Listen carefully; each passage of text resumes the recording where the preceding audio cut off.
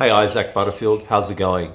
So I met you one time at work, and I remember coming up to you and calling you a legend and saying that you're a funny guy. And Isaac Butterfield made a joke about the Christchurch Mosque massacre last year.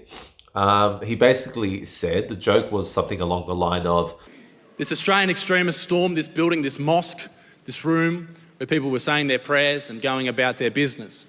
And for me, the saddest thing about that, it wasn't the 52 people who were killed.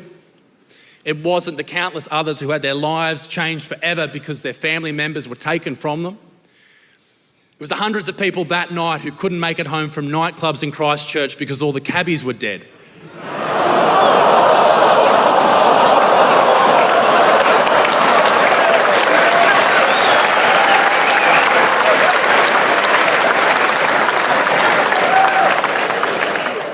you're just good at making people feel uncomfortable, right? I could do that. Anyone could do that. Anyone could get out there in the public and make the most shocking, twisted, disgusting statements that will shock people, right?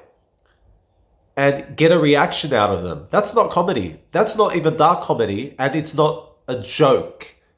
Okay? So it's probably the cheapest form of so-called comedy that you could think of, what you went for there. Here's the thing. In your video, you claim that everybody knows that what happened in Christchurch was messed up. Well, no, that's where you're sorely mistaken, Isaac. Unless you've been living, in a cave or under a bridge all this time. No, not everyone thinks what happened in Christchurch was disgusting. They already found in New Zealand copyright cells, like sleeper cells, that were wanting to do something similar. I remember reading the news article here in Australia of the tragedy in New Zealand and reading multiple comments of people saying, I wish there were more at the mosque. Oh, beautiful, sweet revenge. This is great. This is perfect. Wait, let's go for the next one. Let's start something here. No, not everyone thinks what happened in Christchurch was awful at all. There was a very sizable amount of people in their online presence that supported what happened in Christchurch. There is no collective in society, okay? There is no absolute in society, and that's something you want to claim about comedy, right? Comedy, to you, is absolute. It's got to be all or nothing. There's no middle line. There are no boundaries. You can't go to a limited, restricted, lawful society and say, I demand to be unrestricted because this is what I do. I'm a comedian, so I believe that I should have no restrictions, no limitations. Whatever I say or do is an absolute in the name of free speech and comedy. But that doesn't work in the real world for everyone else. If I, as a Muslim, went up to a podium, right? A full practicing Muslim went up, for example, went to a podium and started joking about a terrorist attack that happened recently. And not only that, but also insinuated that more should happen. But I'm joking. Calm down. Or if I were to make truly anti-Semitic comments on a platform, right? There are consequences to that. It doesn't make sense, and you can't have that exclusion. I'm sorry. I'm so sorry. But being a comedian doesn't make you special. Being a comedian doesn't mean that you get to have a free pass. Because I don't. And what I love and respect about my faith is we do have boundaries. Because there's got to be a boundary somewhere. There has to be a boundary somewhere. There has to be a line somewhere. The thing is, we tell you where that line is. And when we think you've gone too far, we're guiding you in telling you, when you're talking about us, what we will accept and tolerate and what we won't. How is that unreasonable? But what you're doing, Isaac, is you're actually using your white privilege. And you're using it to shut us down and to silence us. You're basically saying, I'm going to talk shit about you, your religion, your color, okay? And you can't do anything about it because I'm a comedian and it's an absolute. Everything I say goes, and you just have to suck it up. Absolutely not, man. Absolutely not. We don't have to suck it up. We don't have to accept it, and we don't. And most importantly, at least from a professional standpoint, if you really care about comedy so much, it was not funny. It was just not funny. The delivery sucked. The tone sucked. The setup sucked. The reaction was forced. It was just terrible. But you look like you were so proud of yourself. And that's you using your white privilege, my friend. It exists, and that's a perfect example of that. I don't have the brown privilege to say I'm limitless. If I want to go out there and make jokes about things, about terror, being a Muslim, I'll be on a watch list. My phone will get freaking tapped. Right? I would not be free to do these things. I could even be charged. I could be charged. But you, because you're on a podium and you're standing up with a microphone and you're just chatting away, suddenly get a free pass to do what you want and to say what you want up there. No, man, I'm so sorry. That's just not how it is.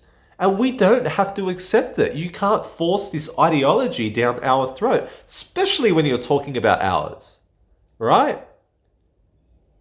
You can't dictate to us what we should or shouldn't tolerate about our own creed and our own faith and our own beliefs. That's our business, and that's up to us to decide, not you.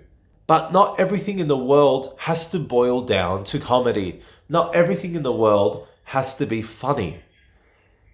If my friend were to come up to me and show me signs of trauma after a relative of theirs died, and I just started pointing and laughing at them and calling them a snowflake and just cracking up, how inappropriate is that? And you also can't tell me that is a normal thing. People have told me before, that's how I handle dark times.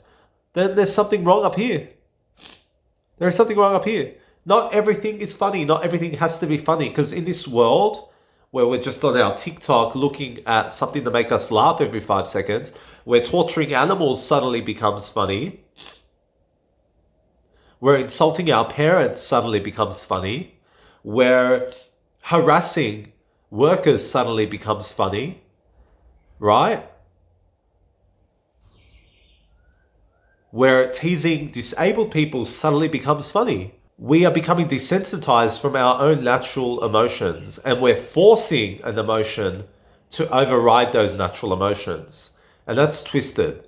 And that's the way society is going. You look at these apps and everything, they're trying to normalize sickening behavior to be funny.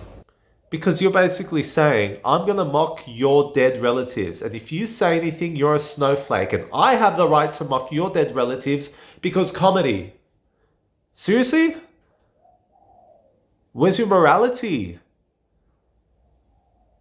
Where are these natural human emotions that you're meant to have? Where's your empathy? Where's your sympathy? Where's your understanding? Where are all these things, all these principles that we have as human beings that we're ingrained with? You think comedy has the right to come and take that all away, hijack all of that? Comedy has its place in the world. Comedy doesn't belong everywhere. Comedy doesn't have to be everywhere. And you're not going to use your free pass against us. Of course we'll protest about it. Of course we'll talk about how unhappy we are that you did what you did. We have a right to do that. And don't you dare try and silence us and say we have no right for us to sit down and shut up and take it. I'm sorry, that's not the world that we live in. That's not how we see the world. And it's not all about you, Isaac, and your vision. Not all of these guys and men and women and children that were killed were taxi drivers, and you know that. As a matter of fact, these victims, these brown victims in New Zealand, these immigrants, were engineers. Look it up. They were engineers. They were lecturers. They were aircraft maintenance engineers. They had their own businesses. One had their own dairy shop. We had a goalkeeper in there as well who played for a football club. Very respected player. We had a 3-year-old child. Think about these people. These people made great contributions as immigrants to New Zealand. And that's something to be proud of. And for you to utilize your comedy to shit on that is ridiculous. If we didn't have limits and boundaries that existed, we would still have slavery right now. We would still have absolute racism right now. Blatant, clear, absolute racism on the streets. If there weren't rules and regulations. Right? If we didn't have rules and regulations, murderers, rapists, pedophiles would all be out there. There are boundaries, there are rules, there are laws. That's the thing. I think that's the problem with the world. I feel like people like Isaac are part of the problem. People like Isaac are encouraging young children to laugh at animal cruelty, to laugh at terrorism, to laugh at violence, to laugh at sexual assault, to laugh at racism. That is the only thing that can come out of that. You're not actually benefiting the world in any way, shape, or form. You're desensitizing people, young and old, from their natural inclinations, from their natural feelings. And you're forcing comedy into each and every one of those slots where it doesn't fit everywhere. Comedy doesn't fit in every slot, okay? You're not going to force that liberal mindset onto us. I have my own liberal mindset with religious and traditional thinking, okay? But it doesn't have to be all the way here or all the way there. And you're trying to force it all the way here and saying this is the standard. It's not the standard. And you're not going to levitate us towards that. Absolutely not. That's a choice. And I'm choosing not to accept that. Thank you.